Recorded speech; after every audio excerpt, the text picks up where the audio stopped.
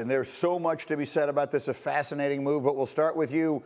Windman, take us through this thing. The Lakers, it was the road less traveled that they took to wind up at JJ Redick, but that's where it winds up yesterday. What can you tell us?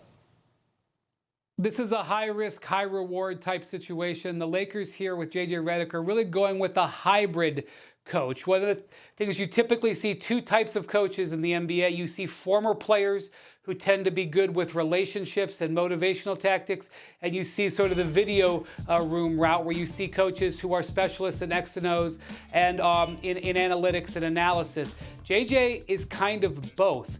He's a former player. He's still very much a peer of players of this generation. He's had many of them on his podcast, not just the LeBron podcast, but also his own podcast, which has been around for several years.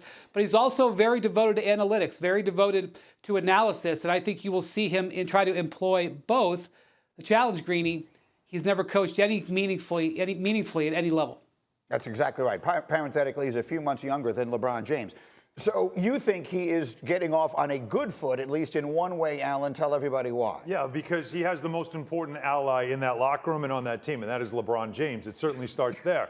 Now, LeBron James might only have him as a coach for 2 years like we've seen in the past, but maybe because LeBron James might only be playing for another 2 years. That's about it. But to have that support already in place where those two have had a meeting of the minds, we have all seen it played out publicly on that podcast, which is fascinating to watch, by the way, because you can see how they go through all the X's and O's.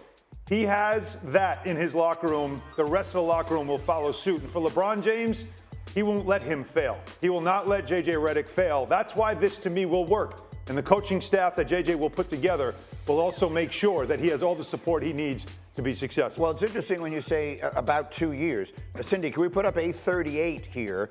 Because lately, most of the time, that's about the length of time you get to coach LeBron James anyway, going back over the course of his career. At the very beginning, of course, he had Mike Brown in Cleveland. He had Eric Spoelstra 4 years in Miami, and that couldn't have possibly gone better. The rest of it, as you see, 3 years is pretty much the maximum here. But you know who knows all of this? Here's the key to this to me, Zach. You know who has seen that full screen? Is JJ Redick. He is well aware. I understand what Michael Wilbon's point is, and he's not wrong. He's clearly walking into a unique and complicated and in some ways very difficult situation. But we know JJ Redick well enough to know he's well aware of that. It's none of it is going to take him by surprise. I get why Wendy is saying high risk, high reward. I don't really think it's that big of a risk for either party. Number one, who are the alternatives for the Lakers? They're like, oh, they turned this guy down, this amazing coach who has a proven track record of winning, to hire JJ Redick. And for JJ, look, there's going to be a learning curve. We know there's going to be a learning curve. There is pressure in Los Angeles, even though this is a play-in team every freaking year. Okay, let's be realistic about what they are, at least for now, before the offseason. But look, if I know JJ, he's going to put in the work. He is going to be knee-deep in all the tactics and the schemes. You are never going to catch him behind the curve in, what if we did this? What if we adjusted our defense like this? What if we played this way? He's going to have to learn the pace of coaching. Like, you got to make these decisions. You played for Spo. You got to make these decisions faster than the guy across from you on the other bench. And that's a learning curve. But he is going to put in the work. And I think he's going to be good at this. And if it doesn't work out, you saw the list of coaches for the Lakers and LeBron. You move on. Everybody moves on. Like, I think this is a good opportunity for both, as long as the expectations are realistic. Good luck with that. From the perspective, look, JJ Redick and you, I'm not saying you're similar, but you're sort of in similar places, right? I mean, you're super highly respected former players whose careers recently ended, and you're now looking over the landscape of what do I want to do next? Do I stay in the business? Obviously, the Heat love you. You can go in that direction. You go into coaching. So take me through what you think the decision that JJ is making here is, and how do you think this is received by the players on that team? I mean, I think this is the best decision for the Lakers. I think this is a great opportunity for JJ, and I do think if it works, I mean, the reward can be amazing. But what I will say is roster. I mean, that's what I'm looking at for JJ roster. You got your coach right now, but what do you do with your roster? I don't care if JJ draws up the annexation of Puerto Rico. Like, the Lakers, in my opinion, do not have a championship roster. That's a little bit of little Giants for you. If people at home don't know that movie. That's not your opinion, UD. That's just what it is. Yeah, it doesn't matter what JJ draws up. They don't have a championship roster right now. I mean, what do you do with D'Angelo Russell? That's 19 points, 47% from the field, 41% from three.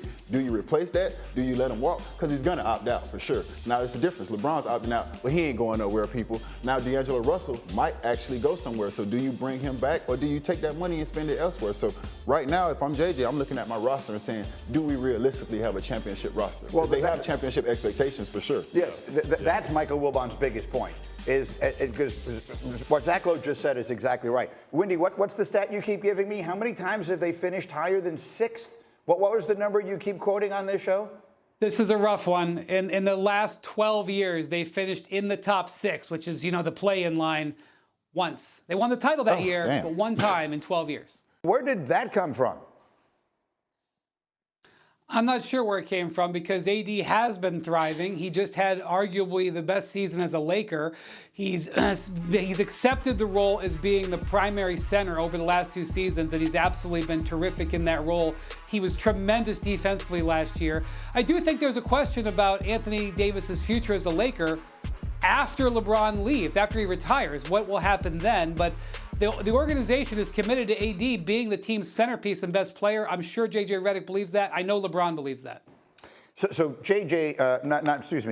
Monty Williams, who was fired by Detroit the other day and all of a sudden became available, and all of a sudden all this talk, would he make a sense for the Lakers? He and Anthony Davis have a close relationship from their time together in New Orleans. I don't know if that factors in here, but what do you think? We've talked so much about the LeBron of it all with JJ. Mm-hmm. How about the AD of it all? I mean, I think you definitely have to make sure AD is happy, but I don't think this is a situation whereby All-Star, if he's not winning or they're not doing the things that they think they can do, that AD wants out. I mean, it's been the last couple of years. He clearly wasn't happy with Darvin Ham. He came out and spoke on that, but he never asked to be out. Mm-hmm. You know what I'm saying? He probably wasn't happy the year before, but he never asked to be out. So I don't know if he's been happy with the coaching staff because they keep switching coaches. So obviously, if you're switching coaches, you're talking to your top players before you're making these decisions, and they keep switching coaches. So I don't know if he's been happy with the coaches, but he hasn't asked to be out, and I don't think he'll ask to be out this time. The key word in Perk's statement is I wouldn't be surprised. Nothing in the NBA surprises me anymore. It's a crazy league 24/7. But AD has been fantastic for the Lakers. He's been one of the 5 best defensive players in the league for his entire time there. He's gotten durable. It's been a success story for him in LA. And whatever relationship he has or had with Monty Williams wasn't strong enough to prevent him from demanding a trade out of New Orleans that ended up with him in Los Angeles. So to me, this is just a wait and see thing. Every superstar is always, you're always wondering what the next 5 years holds for him. But it's been an unqualified success for AD in LA. Yeah, I just think if you're JJ Redick, that's got to be a priority, is to have him playing at elite level, right? Which means what plays you calling for him? What are you going to do to make him comfortable, make him happy? You don't have to worry about plays for LeBron James. I mean, it's LeBron James. He'll figure that out. It is going to be about maximizing everything you can out of a 30-year-old Anthony Davis. What Perk said is if he's not playing at an elite level, well, that's on AD then if he's not playing at an elite level. He played at an elite level this year. He played a lot of games this year. Those are all the things you want to see. If he continues to do that, they're going to have success, and Redick will be the key to that as the coach. I just go back to some of the conversations that I heard when JJ's name first came up for this, which is however long ago that was. And people wondering, well, that relationship with LeBron, we've seen them on that podcast. Is that and so Anthony Davis maybe is just sort of the placeholder for the other players in that locker room who might be looking and listening. Again, I'm just speculating. But you tell me, because you've lived this life, that may be looking at it and saying, well, who knows what conversations he and LeBron are having that we're not privy to. That's not a usual situation with a coach. I mean, definitely, your top players are going to have conversations with the head coach behind the closed doors, but you just got to understand that when the coach steps in the locker room, it's one voice that you're listening to, it's one message that's coming to the team, and everybody has to buy in. And I'm going to tell you, it's at this point for JJ. When you walk into that locker room, man, you have time. They gave him 4 years. So if you don't buy in, guess what? We can find somewhere else for you to go. You don't have to be here, because if the Lakers are talking about winning the championship, they have to fast track this process. Bron only has 2 years. They only gave JJ Redick 4 years. I don't know if that team is 4 years away from winning the championship. Like I said right now, they have roster things that they need to figure out. AD has 2 years left with a player option, so it's also aligning up with the same way. The first half of JJ's contract is with these 2 guys. Yeah, I mean, it's not like JJ has been a lifelong LeBron guy. Like, JJ played all over the league. He has relationships everywhere. Like, I think he knows how to leverage those relationships with other people on the team. Okay.